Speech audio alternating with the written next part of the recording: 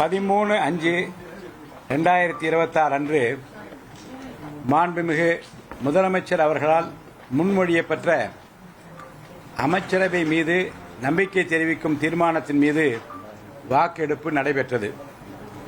அன்றைய தினம் மாலையில் அனைத்திந்திய அண்ணா திராவிட முன்னேற்றக் கழக சட்டமன்ற கட்சி கொறடா பிறப்பித்த உத்தரவுக்கு எதிராக அமைச்சரவை மீது நம்பிக்கை தெரிவிக்கும் தீர்மானத்திற்கு ஆதரவாக வாக்களித்த அனைத்திந்திய அண்ணா திராவிட முன்னேற்றக் கழக சட்டமன்ற கட்சியைச் சார்ந்த 25 உறுப்பினர்களை தகுதி நீக்கம் செய்ய கோரி திரு எடப்பாடி கே பழனிசாமி அவர்கள் சார்பாக மனு அளிக்கப்பட்டது. 27/5/2026 அன்று பேரவைத் தலைவர் அலுவலகத்திற்கு திரு எடப்பாடி கே பழனிசாமி அவரிடமிருந்து 4 கடிதங்கள் வரப்பெற்றன. மாண்புமிகு உறுப்பினர் திரு எடப்பாடி கே பழனிசாமி அவர்கள் தன் முதல் கடிதத்தில் தீர்மானத்திற்கு ஆதரவாக வாக்களித்த அனைத்திந்திய அண்ணா திராவிட முன்னேற்றக் கழக சட்டமன்ற கட்சியைச் சார்ந்த 5 உறுப்பினர்களும், அதேபோன்று 2வது கடிதத்தில் 14 உறுப்பினர்களும், 3வது கடிதத்தில் மாண்புமிகு உறுப்பினர் திரு பாலகிருஷ்ண ரெட்டி அவர்களும், 4வது கடிதத்தில் மாண்புமிகு உறுப்பினர் திரு CV சண்முகம் அவர்களும் ஆக மொத்தம் 21 உறுப்பினர்கள் அளித்த விளக்கத்தையும் அவர்கள் வெளிப்படுத்திய மனமார்ந்த வருத்தத்தையும் கருத்தில் கொண்டு கட்சியின் பொதுச் செயலாளர் என்ற முறையில் மாண்புமிகு உறுப்பினர் திரு எடப்பாடி கே பழனிசாமி அவர்கள் அந்த வாக்களிப்பை மன்னித்துள்ளதாகவும், அதன் விளைவாக 10வது அட்டவணையின் பத்தி 2(1)(b)யின் கீழ் அளித்த அந்த 21 உறுப்பினர்களுக்கு எந்த தகுதி இழப்பும் ஏற்படவில்லை என்று மாண்புமிகு உறுப்பினர் திரு எடப்பாடி கே பழனிசாமி அவரிடமிருந்து வரப்பெற்ற கடிதங்களில் தெரிவிக்கப்பட்டிருந்தது.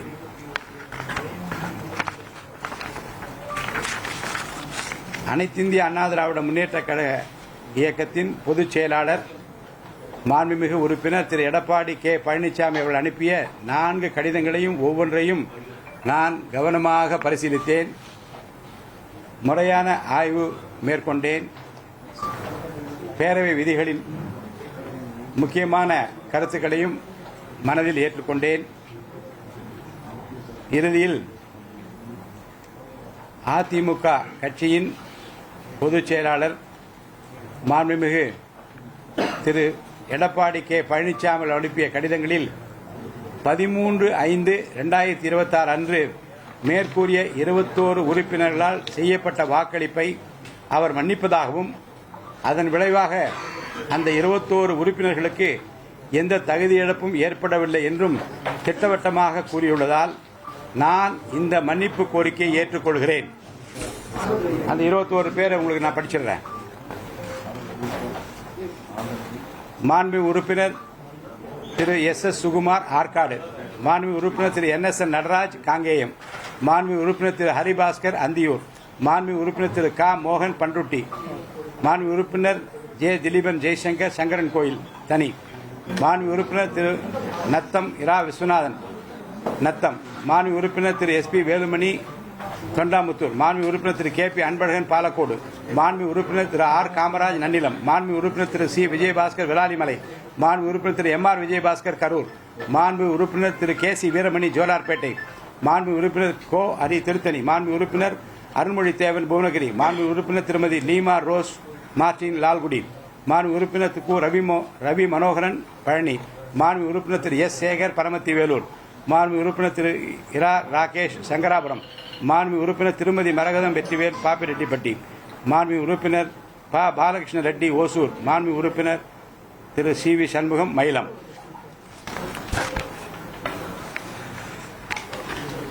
அனைத்திந்திய அண்ணா திராவிட முன்னேற்றக் கழக கட்சியின் பொதுச் செயலாளர் மாண்புமிகு உறுப்பினர் திரு எடப்பாடி கே பழனிசாமி அனுப்பிய கடிதங்களில் 13/5/2026 அன்று மேற்கூறி 21 உறுப்பினர்களால் செய்யப்பட்ட வாக்களிப்பை மன்னிப்பதாகவும், அதன் விளைவாக அந்த 21 உறுப்பினர்களுக்கு எந்த தகுதியும் இழப்பும் ஏற்படவில்லை என்று திட்டவட்டமாக கூறியுள்ளதால் நான் இந்த மன்னிப்பு கோரிக்கையை ஏற்றுக்கொள்கிறேன்.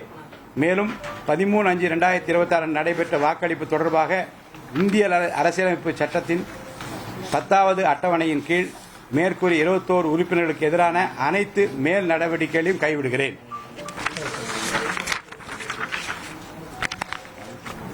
அடுத்து 25 பேர் 21 பேருக்கு பிறகு எஞ்சியிருக்கிற 4 பேர்களை பற்றி தகுதி நீக்கம் செய்யக்கோரி மாண்பு உறுப்பினர் திரு எடப்பாடி கே பழனிசாமி அவர்கள் சார்பாக மனு அளிக்கப்பட்டிருந்தது.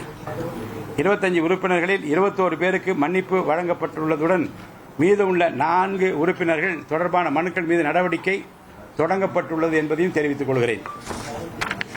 4 உறுப்பினர்கள் பெயர்கள் மற்றும் தொகுதி: மாண்பு உறுப்பினர் திரு எஸ் ஜெயக்குமார் பெருந்துறை, மாண்பு உறுப்பினர் திரு கே மரகதம் குமரவேல் மதுராந்தகம், மாண்பு உறுப்பினர் திருமதி சத்யபாமா தாராபுரம், மாண்பு உறுப்பினர் திரு எசக்கி சுப்பையா அம்மா சமுத்திரம்.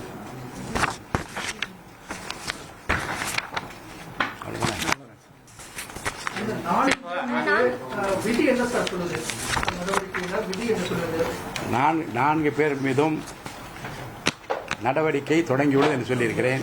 அது குறித்த விளக்கத்தை நடவடிக்கை முடிவு வருகிற போது நான் விரிவாக விளக்கமாக உங்களுக்கு நான் பதிலளிப்பேன். தகுதியிழப்பு நடவடிக்கைகள் வேண்டாம் அப்படின்னு சொல்லிடுறது விதி என்ன சொல்லி மேற்கோள் காட்டுது. இபிஎஸ் அவர்கள் கடிதம் கொடுத்திருக்காரு. சட்டப்பேரவை விதி என்ன சொல்லுது சார்? அதன் அடிப்படையில் நீங்க எப்படி முடிவெடுக்கிறீங்க?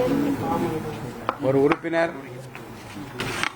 அந்த கட்சியினுடைய கொறடா அறிவிப்பை மறுத்து வேறு விதமாக வாக்களித்தால் அந்த உறுப்பினர் மீது அந்த கட்சியினுடைய தலைமை கடிதத்தின் மூலமாக தெரிவிக்கிற போது நடவடிக்கை எடுக்கலாம் என்று விதி சொல்கிறது.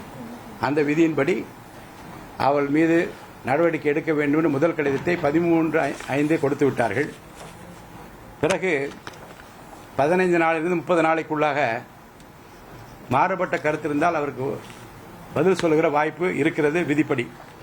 அந்த விதிப்படி குறிப்பிட்ட காலத்திற்குள்ளாகவே முதல்ல 5 பேருக்கு நீங்கள் மன்னிப்பு வழங்கலாம் என்ற ஒரு கடிதத்தையும், அதன் பிற்பாடு 14 பேருக்கு தனி கடிதத்தையும், அதற்கு பிற்பாடு இன்னொரு கடிதத்தில் ஒரு உறுப்பினரை பற்றியும், அதற்கு பிற்பாடு இன்னொரு உறுப்பினருக்கு ஒரு கடிதத்தை பற்றியுமாக 21 உறுப்பினரை பற்றி அவர்கள் எனக்கு கொடுத்த வருத்தம் தெரிவிக்கிற மன்னிப்பு கோரும் கடிதத்தை நான் ஏற்றுக்கொண்டிருக்கிறேன். எனவே அவர்கள் மீது நடவடிக்கை தேவையில்லை என்று அவர் கொடுத்த கடிதத்தையும் பரிசீலனை செய்து இந்த முடிவு எடுக்கப்பட்டது.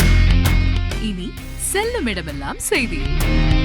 தந்தி டிவியின் வாட்ஸ்அப் சேனலை ஃபாலோ பண்ணினா செல்ல இருக்கும் இடமெல்லாம் செய்தி.